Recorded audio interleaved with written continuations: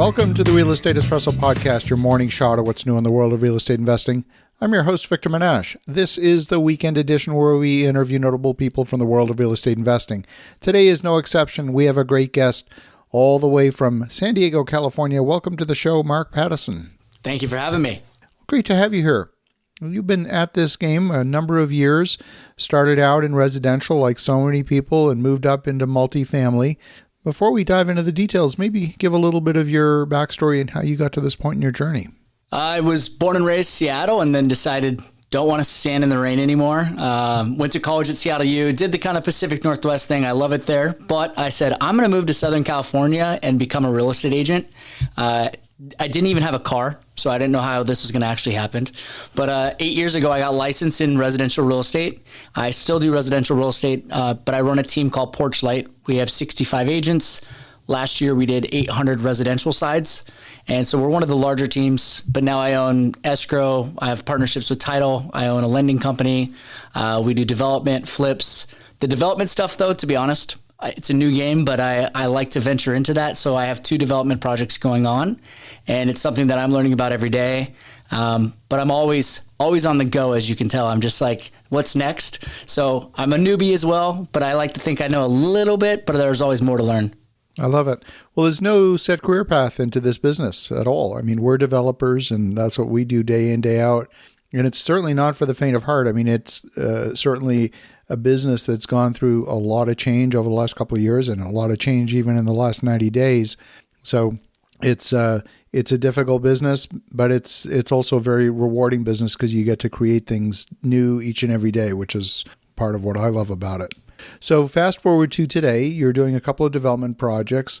When you're strictly focusing on investment projects, I know you've got a little bit of a different take from some investors. What's your investment philosophy, and has it changed even in the last 90 days? Yes. So, I mean, it's probably because I'm naive, but I'm new to this. Like I said, I've always done the Airbnb route. Airbnbs, I have a couple real estate coaches that I've gone through, but my coach I had for 5 years, he quit coaching recently. But his thing was always have plan B no matter what. So if Airbnbs get banned, or if you're planning to do a hotel, always have those backup plans and see how you can have an exit strategy. So I started out just doing your typical triplex, duplex, Airbnb them versus long-term rental. San Diego now has come in with a regulation that you can only have one per person. There's a couple loopholes and stuff, but I figured, hey, if they're cracking down on it, I sold a couple properties, 1031. I now am going after larger projects. So I just bought a 11-unit apartment complex in Henderson in an opportunity zone. And we're going to more than likely tear that down and build. We're having all the plans done now. I was with the city yesterday. Henderson, Nevada, it's right outside of Las Vegas, about 20 minutes. They have a huge redevelopment of their downtown, so most of it's in the opportunity zone. They have a ton of grant money that they're offering and a lot of loan programs through the government to do development projects, and they're very lenient on parking and commercial versus residential, so it's a great time if you can get in with the city, figuring out, even the smaller towns where they want investors to come in and build some properties for them. I mean, it's a great location, and that's kind of my philosophy is like, you don't have to do the largest projects. It'll probably end up being about 70 to 80 apartments. So it's not small, but it's built from ground up. And, my ROI on it, it's going to be, especially with the grant money, the fact that I paid cash for the land right now, I'm going to sit back and it'll be pretty interesting, but it'll be about a 3-year project. Fabulous. One of the things that we've always focused on from a development standpoint, because the cost of construction varies very little between an A-class apartment and a C-class apartment. There's only a few percentage points difference because all the changes really are the finishes. And the finishes are a very small percentage of the total of the overall budget.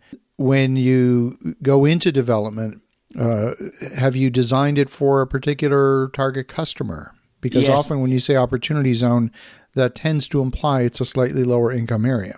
Which if you go in and look at the opportunity zones across America, you'd be shocked. Well, if you're ever on vacation, look up the opportunity zone for the area you're in, go there. A lot of the times they're not that bad. The one in Henderson, I'm like, how is this an opportunity zone? So they have the new Golden Knights they're not new, but they've been the hockey team for Vegas. They have the Silver Knights practice arena right next to this location. It's brand new. They've got tons of restaurants and pubs along Water District Street. And the Water District has a farmer's market every weekend. It's a cool, hip area. It's right next to one of the community college. It's got coffee shops, restaurants, and then City Hall is directly across the street from my building. So and the City Hall is brand new. Like, you would have no idea that this is in a bad area. So mine is going for more A class, but I'm the king of finding, like, what can I do to make this place look amazing on a very good budget? So I've got great design technique, and I go in and I'm the one who does all the designs for my remodels. I pick everything, and then I just give the GC everything. Very, very interesting. So this is actually an interesting case study because, like you said, there probably are not just this one, but numerous other opportunity zones all over the country where they really are almost too good an area to be an opportunity zone. Yeah. I'm in a building right now. Next to us is Sprouts. It's basically like a Whole Foods. Yeah. And this is an opportunity zone. And then there's a US Bank and there's a CVS. You can walk right outside my front door, and my parking lot, it's all my agents for my team. It's a nice area. No one's cars ever have any issues. There's no homeless. So you think opportunity zone is going to be like the up and coming, but some of them have already been there, and there's a couple plots that maybe the seller never sold, but now maybe they're interested. There was a point in time, especially during the heat of this crazy market that we've gone through over the last couple of years, where if someone got a 10% discount, they thought they were getting a bargain. I think most people's perspective has changed today, where, the definition of a deal is a little bit more realistic than that. As you're undertaking these projects, how are you underwriting them? Are you underwriting them based on cap rates of 6 months ago? Are you underwriting them based on cap rates of 2012 at the bottom of the market? How do you pick? I look at it because when I was doing this most recent purchase for the one in Henderson, I was looking at, hey, if I didn't go here, where else am I going to go? And it's almost like your comparables, and also looking at underwriting. It's like, if I didn't buy this, what would I buy? And I just did apples to apples comparison on all these different properties. And it was more of a per unit. Okay, if I can get 20 units at this price, or if I can get 35 units at this price.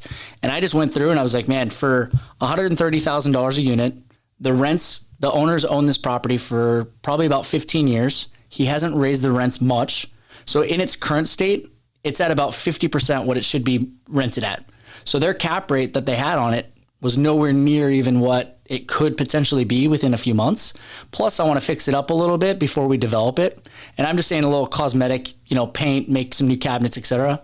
But I'm going to go in, buy it, depreciate it, do a cost segregation study.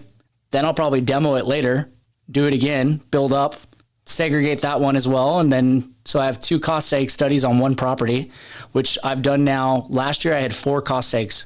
So helped with my taxes. It's helping overall with everything. And I don't really look at it as like, oh, this deal has to pencil exactly, otherwise I'm not going for it. I feel like if I'm in a great area, I can make almost anything pencil. I can make anything work for what I need it to. Now, may there be a better investment somewhere else, but for me, I wanted it to be a close proximity. Nevada versus Florida. I can fly to Nevada in 45 minutes. Florida is an entire week. 7 hours to get there from San Diego. So that played a lot into it. I wanted to personally get out of California for tenant law, and Arizona, I think, is the new California. So that put me into more Nevada. So it was kind of just like figuring out where I wanted to be. I don't go into like the granular of just that one deal. I look at the whole picture. Fascinating. So one of the things that's obviously difficult as you're undertaking development deals, today I know that we're getting construction quotes on projects, and they're literally all over the map. They are, some bids from some subcontractors are coming in 70%, 90% above budget for those specific line items. And it's easy to have an emotional reaction to that and go, my gosh, is this the new normal? How has that process been for you as you've gone through this process? Because literally the numbers are all over the place. So on the one that we have here, the building I'm in, this will be demoed and turned into a hotel/apartment complex in San Diego. And first, our business partners and we were looking at it, and we were talking to a couple different developers, architects, and they were trying to use people outside of the area. Oh, hey, I like this style. I'm like, I don't really care about the style because whatever. I just went directly to people who are building in the neighborhood currently. And I said, hey, I bought this plot of land and 2 lots next to each other. And they said, hey, well, come stop by. And I just taken their advice, and I'm just not making sure I rely on one person. I'm going in and getting 3 people for every single thing, and getting 3 architects, 3 builders, 3 GCs, going through all of it and seeing what they quote. And to be honest, ours have actually been pretty close. There's been one builder that, you know, did the quotes, did everything. His numbers are right, but then he just said, hey, I'm too busy for this project because it's not big enough. But still, at least I have his numbers there for free. And so, but we found that those 3 were actually pretty close. But we're also going after people that are currently building or have recently built. I mean, their signs are up on everything.